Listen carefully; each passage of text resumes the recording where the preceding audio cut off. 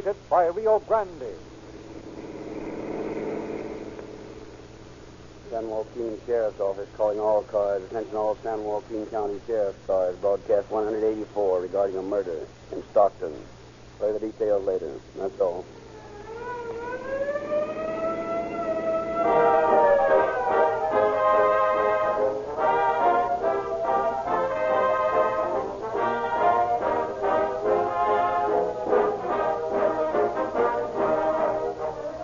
At this very moment, while I'm telling you the success story of police car performance with Rio Grande cracked gasoline, the police cars, fire engines, ambulances, and emergency equipment of your cities and counties are proving my statement. Every minute, Rio Grande cracked gasoline is powering some fire engine, thundering through city streets at top speed. Ambulances screeching their way to the side of injured citizens. Police cars doggedly cruising in your district, ready to leap into dashing, flashing speed, that you or your neighbor may have the protection and security to which you are entitled. Rio Grande is pardonably proud of this small contribution to your peace and safety, and of the acknowledgement by law enforcement departments of your city and county government that Rio Grande's cracked gasoline is the finest gasoline obtainable for police, fire, and emergency equipment. That's why Oakland, Berkeley, Fresno, Marysville, Bakersfield, Los Angeles, Pasadena, Arcadia, Monterey Park, Linwood, Colton, Glendora, Santa Barbara, San Diego, Phoenix, Glendale, Buckeye, Mesa, Las Vegas, Santa Barbara County, San Diego County, Coconina County, Maricopa County, Orange County, and many, many other cities and counties have specified Rio Grande cracked gasoline to power all their police, fire, and emergency equipment. We believe that you will agree that this is the strongest testimony, the most conclusive proof of gasoline superiority that has ever been presented to you. Why not follow the lead of those who know most about gasoline? Get Rio Grande cracked. This quicker starting, faster accelerating, longer mileage gasoline will give you a new conception of performance. Get police car performance with Rio Grande cracked gasoline at your independent Rio Grande dealers tomorrow.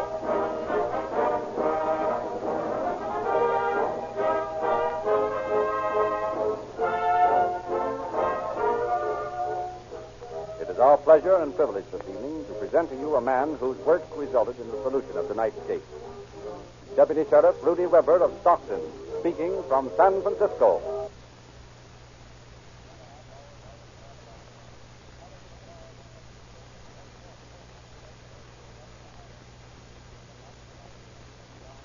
This program is a tribute to those men who swear on their word of honor to uphold the law and who, at the daily risk of their lives, do uphold the law.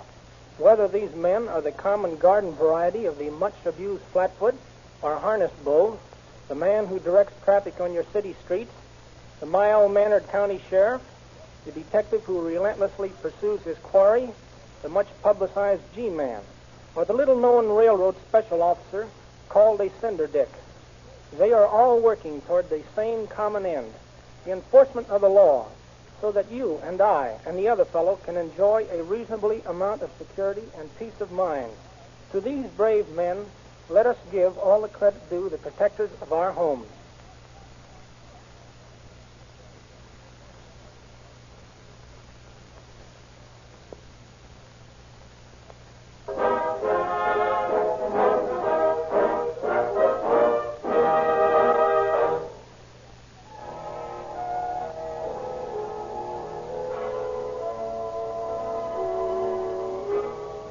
On the night of September 7th, 1935, Rodney Gordon, a patrolman for the Western Pacific Railroad, bade his wife goodbye and drove to the railroad yard 1 mile south of Stockton, from which long trains of cars loaded with fruits and vegetables were moving like groaning leviathans toward the east.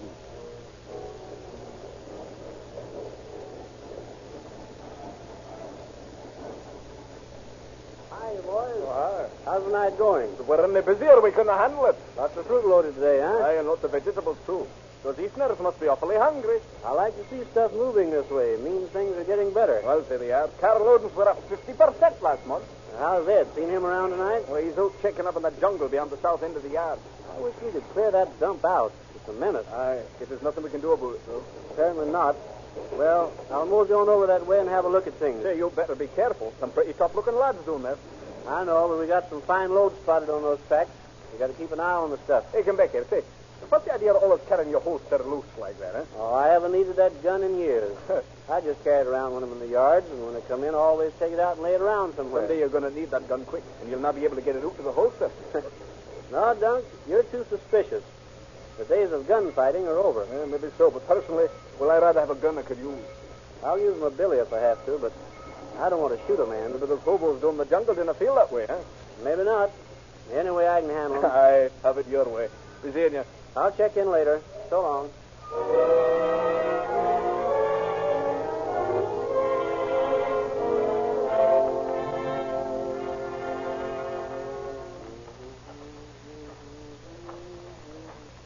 Uh-oh. Like a bum trying to break open that car. Hey, you, get away from there. Who says so? What'd you say? You hit me, copper. I said, who says so? I say so, you bum. Go on, get going. Get out of the yard. Think you can put me out? Now, come on, it's about time I stopped arguing and run you in. And that was you then. Here, give me that knife, I'll... You what, copper? I like that. Nah.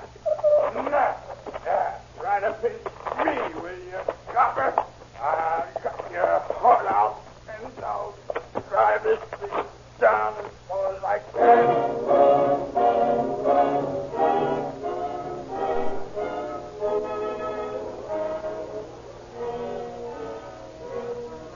At 4:15 the next morning, S.W. Moyes, the Western Pacific car inspector, is making his rounds checking air brakes when he stumbles over what he at first thinks is a sack of some yielding material. He shines his lantern on the object. Horror-stricken, he sees the mutilated body of patrolman Rodney Gordon. Yardmaster Duncan speaking. Hey, Dunk, this is Moy. Yeah? We've, Hey, no, just a minute, man. Now, what are you trying to say? well, just found Rod murdered. What? Yeah, just found Rod Gordon murdered. Where? A ribbon. Oh, where? Willie's down here in the south yard. All right, now listen. You go back there and stay there till I get there. I'll call the sheriff and Jim Foley. Go on, get off the line. I want to use this telephone.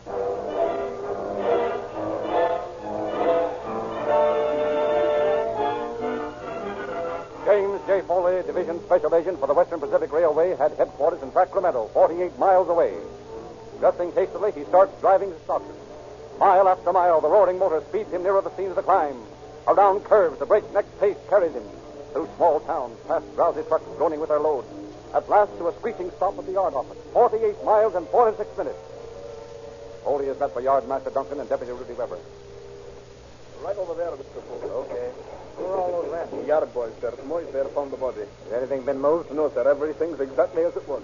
Where'd this roll of bedding come from? They found a balloon down the trackway, sir. Well, it probably belongs to the bird that stabbed Rod. You ever see it before? No, never saw that particular one, sir. Well, let's take it along with us. Might as well let the ambulance boys take care of things here. Poor old Rod. Looks like he didn't have a chance. Aye, looks that way. Wonder where his gun is. I don't see it in his pocket. Oh, that's funny. Always carried it in his hip pocket. I was ragging him about it this evening when he checked in at the yard office. Oh, here it is. I found it over here in the other track. Must have fallen out of his pocket when he fell. Looks like he never had a chance to pull it, sir. Evidently didn't. Guess he dropped it when he fell. He still had his billy in his pocket, though. Probably didn't expect trouble when he stopped the bum. Hey, Mr. Weber, look here. Here's a cup I found back here under the car. Well, that's fine. That may prove valuable in tracking down the murderer if it happened to be his. I'll take it down to the sheriff's office and see what we can find out.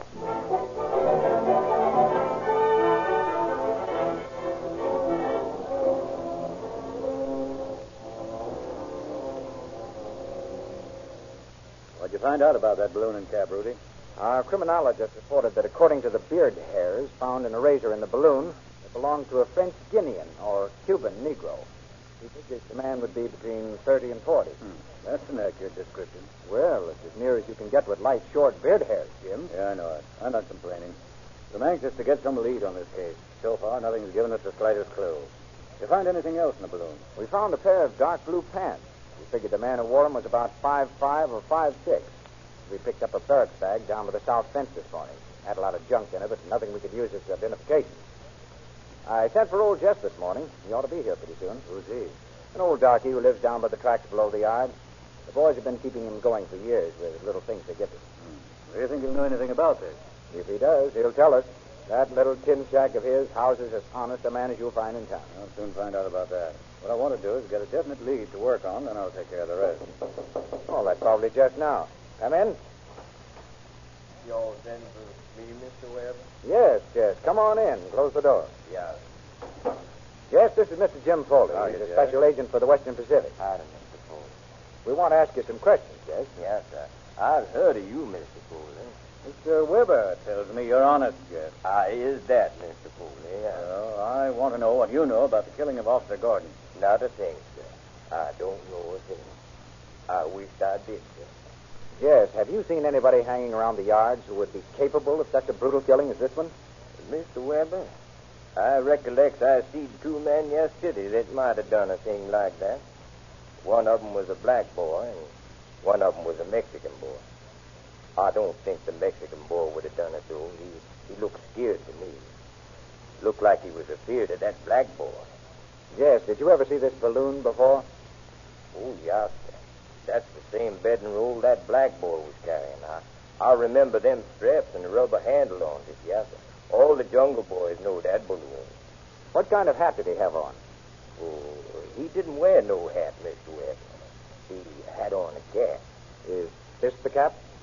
I believe it is, Mr. Webb. I believe that's the one. You ever see these two men before? Well, I see them once this week. Yeah, they was going past my place on toward the jungle. But I've talked to the colored boy off and on during the past 7 years.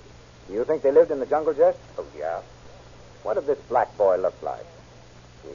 I'd say he was about 35 years. Must have weighed around 150 pounds. He was a big husky boy, too. Had a big chest and big shoulders. Oh, was a powerful man. Have you any idea what he's called? Appears to me like I heard the Mexican boy call him West Coast. West Coast. That's a funny name. Yes, sir. West Coast, so that's what it was. Did this man have any whiskers? Seems to me like he did. Yeah, sir, I believe he had a little fuzz on his upper lip. Yeah, it seemed like he had a little goat beard, too, sir. Well, Jess, I think you've given us something to work on. Thanks. Foley, we'll round up the bumps in that jungle and see what we can find out. Okay.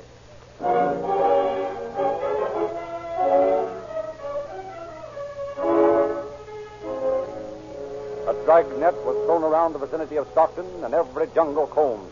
Scores of vagrant and itinerant floaters were picked up and questioned. The news of the murder of Patrolman Gordon had been broadcast, and excitement was a fever heat.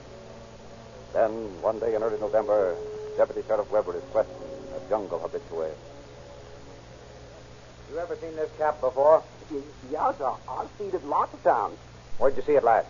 Well, boss, I can't say exactly. It's been most a month since I see that cap. Was anybody wearing it when you saw it last? Yes, sir. I believe West Coast had that cap on when I seen it the last time. You know West Coast? Yes, but no, sir. I don't know him. No, sir. At least I don't know him well. I've seen him lots of times, though. Him and his that boy, that Mexican boy. You know his name? Y'all mean the Mexican boy? Well, yes, sir. We call him Chief. No, I mean West Coast. Oh, no, sir. I don't know his name. No, sir. Can you describe him? Well, boss, he had a sort of a funny-looking beard. And I remember that he was always sharpening that knife of his, too. Did he always carry a knife? Yes, sir. He had a knife that long, and he was always sharpening it, too. Did you ever see this balloon before? Indeed, I have. I've seen it lots of times. That belonged to West Coast. I seen him carrying it the day before Officer Golden was killed. Oh, he's a bad man, mister. Yeah, I agree with you. You say he had a long knife. Anything peculiar about that knife? Well, sir, it was a long knife made out of file, I reckon. It's got a funny turned back point. Oh, he was always sharpening on that strap there on the balloon. This West Coast, did he drink much? He drank lots of cheap wine, and he smoked marijuana, too. Rudy. Yeah? A couple of youngsters here say they got some information for you. Well, have them wait, will you, please? We'll see him in a minute. Now, look here, fellow. We aren't after you for anything. We aren't even going to put you in jail or do anything to you. But we want to know all you know about this West Coast mug. Now, have you ever heard his real name? Well, let's see now. Well, sir, boss, I'll recollect I done heard his name once. Now, let's see now. Oh, come on, man. Think. What's his name? Well, boss, I don't know whether that's his front name or his back name, but it seems to me like it's Floyd or Lloyd or something like that. I heard him say once that he's been arrested for knifing an Armenian down near the depot in Fresno. But that's all I know about him, so help me. That's enough. We'll find him. Oh, Jim, Yeah? hop in your car and take a run down to Fresno and see what you can pick up on it. I'm practically there now. Oh, and send those kids in when you go out, will you? Okay. I'll see what they have to say. All right, boy, you can go now. Thank you, sir. Thank you. You, Mr. Weber? Yes, come in, boys. Mr. Foley says you have some information for us. Well, yes, sir, we have it. May not be much good, but we thought it might help. We'll decide that. Now, tell us. Well, sir, Bill and me, he's Bill, sir. Hiya. Well, Bill and I was discharged from the CCC camp up in the mountains about the first part of September, see? We decided to go down and visit an aunt of mine who lives at Mojave. Mojave. Oh, yeah. We was hitchhiking, but we didn't seem to be getting along so fast, so we decided to hop a freight and save our money. We was walking along down by the tracks on the south side of the yards, and we seen a light over in the jungle, I think you call it. So we went over. So we thought maybe we could sleep there, but when we got there, we heard a man say... There's a lot of this thin stick around here that's been causing me trouble. He's going to get this knife between his ribs the next time I see him. My friend. You cut him with your knife, I cut him with my razor.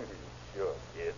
You string along with me and we'll go places. What places, for instance? Well, me, I'm going east. I'm getting tired of this sunshine and heat. I'm going where they have real fall weather in September. Me, I prefer the sunshine. Pedro, Huh? throw more wood on the fire. Throw on your spare. That Pedro's a lazy dog. Let's get him in a crap game.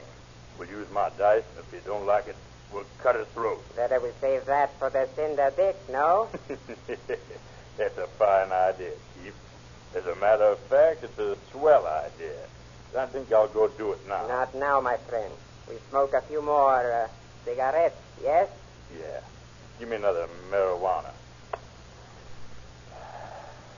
Boy, that makes you feel good. Say, Chief, I want to get started, so I'll take my balloon and get going. There's a freight leaving here about 4 o'clock, and I want to be on that freight. So we got scared and beat it. We hid in a culvert till the jungle quieted down, and then we got a freight for Fresno. When we heard about the murder, we thought maybe we'd better come back and tell you what we find. Well, I'm glad you did, boys. Doesn't give us much definite information, but at least we know the kind of man we have to deal with. Tell me, have you ever seen this bundle before? Yes, sir. That's the bundle the man with the knife was sitting on. Did you ever see this cap? Yeah, that was on the Negro's head. Would you recognize this man if you saw him again? Yes, sir, I would. I'd know him anyway. All right, thanks. As soon as Foley gets back, I want you to help us identify any pictures he gets. We'll find that bird yet, and when we do...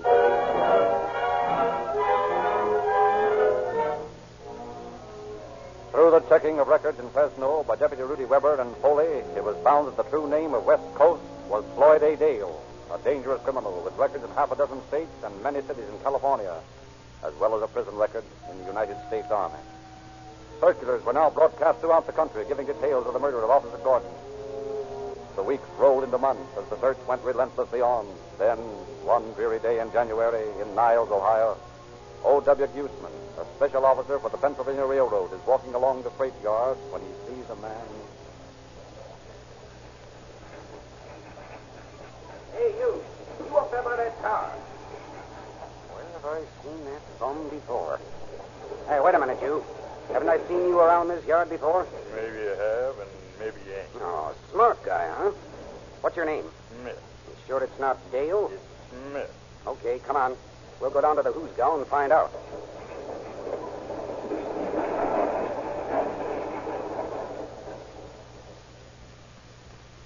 You're Joe Smith? Yeah. This the man you arrested yesterday? Yes, Your Honor. I picked him up in the Pensy yard. It doesn't look like the same man I booked last night. No. I found this razor blade in his cell this morning. He shaved off his whiskers with it. That right, Smith? That's right. What's the charge? This man's wanted by California officers for murder. Can you prove that? Why, no, I can't prove it, but I'm sure he's the man. Where'd you get your information? From a circular sent out from Stockton, California. Well, where is it? Well, right here in my pocket. Oh, doesn't look like the same man to me. Well, that's because his hair is cut differently and his beard's gone. You print him? Yes, sir. We've mailed the fingerprints to California officers. Smith, is this your picture? No, sir. Where were you on September the 8th, 1935? I was in Miami, Florida. Well, I can prove it. Guzman, I'm not convinced this man is Floyd Dale. I see no reason for holding him for California officers. Smith, to find you guilty of vagrancy, find the minimum fine of $5. Pay the clerk. Boy, I ain't got no $5. In that case, we'll have to keep you in jail until you serve out the fine. That suits me. Take him away, Joe. I tell you, Judge, that guy is the same one who killed that officer in California. If you're so sure of that, why don't you wire Stockton? That's where they found their man. Now, that's just what I'm going to do.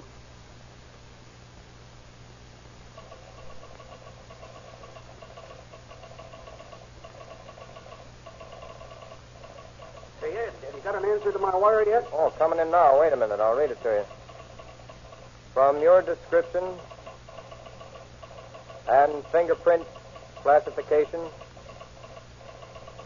Joe Smith is really Floyd Dale, hold prisoner at all costs. It's signed W.R. Groom, Chief Special Agent, Western Pacific. That's all I wanted to know.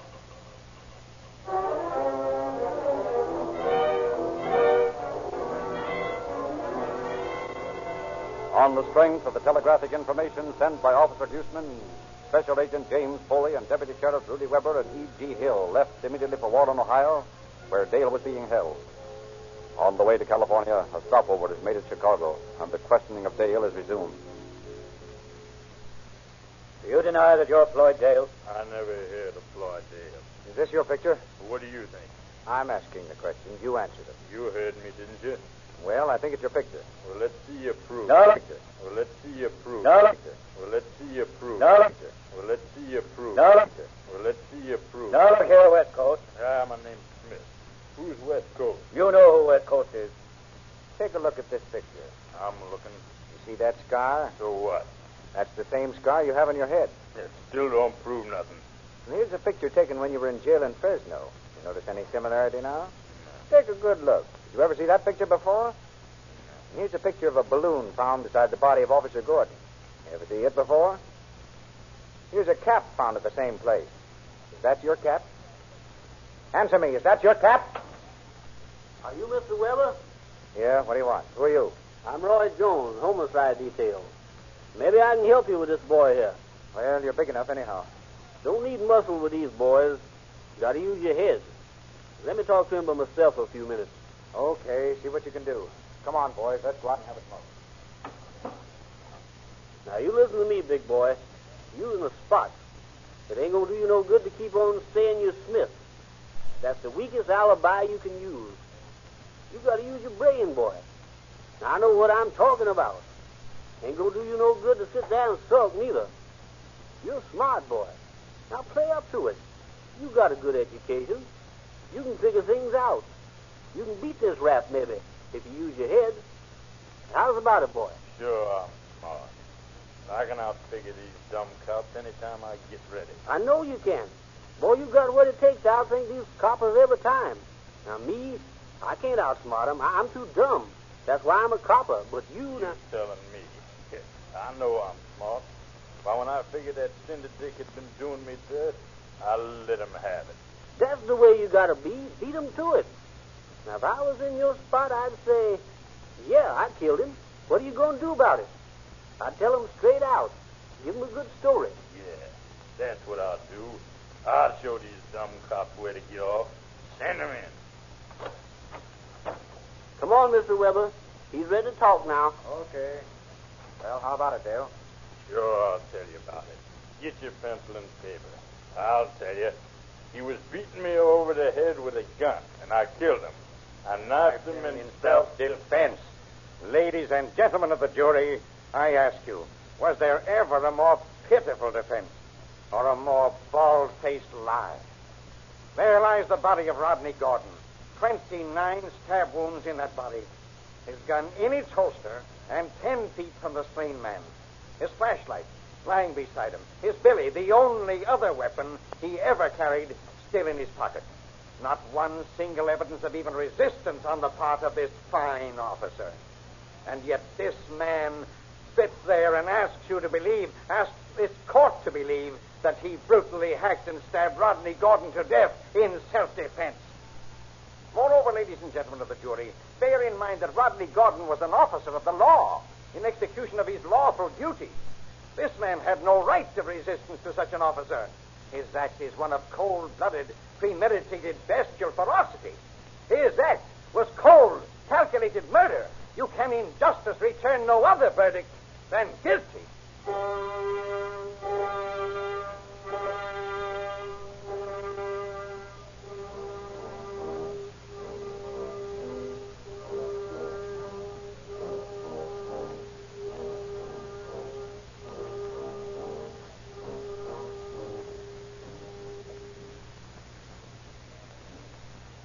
Almighty God, we beseech thee to have mercy on the soul of this man and to take him. Never mind that. Come on, buckle on that strap. Don't you believe in God, my son? No, I don't believe in no God. A man can only die once. I ain't afraid.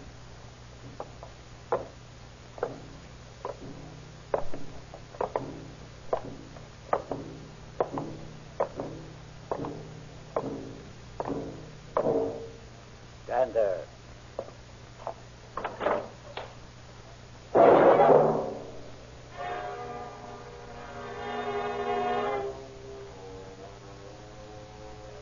Thus, on October 16, 1936, Floyd Dale, alias West Coast, from the gallows of Folsom Prison, made a very small down payment for his crime. The June issue of Calling All Cars News is out. Walter Winchell, America's one-man newspaper, gives a personal interview to Calling All Cars News, about which he told us, quote, "It is one of the best ever written on me." You'll read two splendid detective stories, The Bamboo Snake and The Perfumed Cigarette Lighter, both doubly interesting because, like all Calling All Cars broadcasts, they're absolutely authentic. And, of course, the regular sparkling radio and motion picture news and pictures. In every issue, the current motion pictures are rated. Here's an unprejudiced guide to your motion picture attendant. It will save you time and money. Tomorrow, stop in at your independent Rio Grande dealers for your free copy of Calling All Cars News and for your Rio Grande cracked gasoline.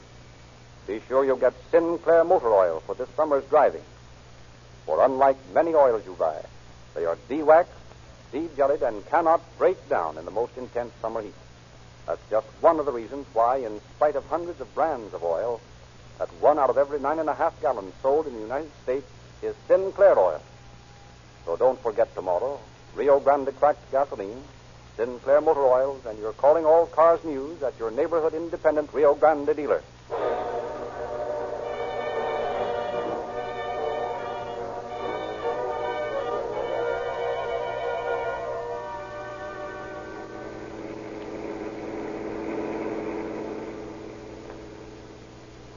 San Joaquin County Sheriff's Office calling all cars. Attention all cars. A cancellation broadcast 184 regarding a murder in Stockton. Suspect is now in custody. That's all.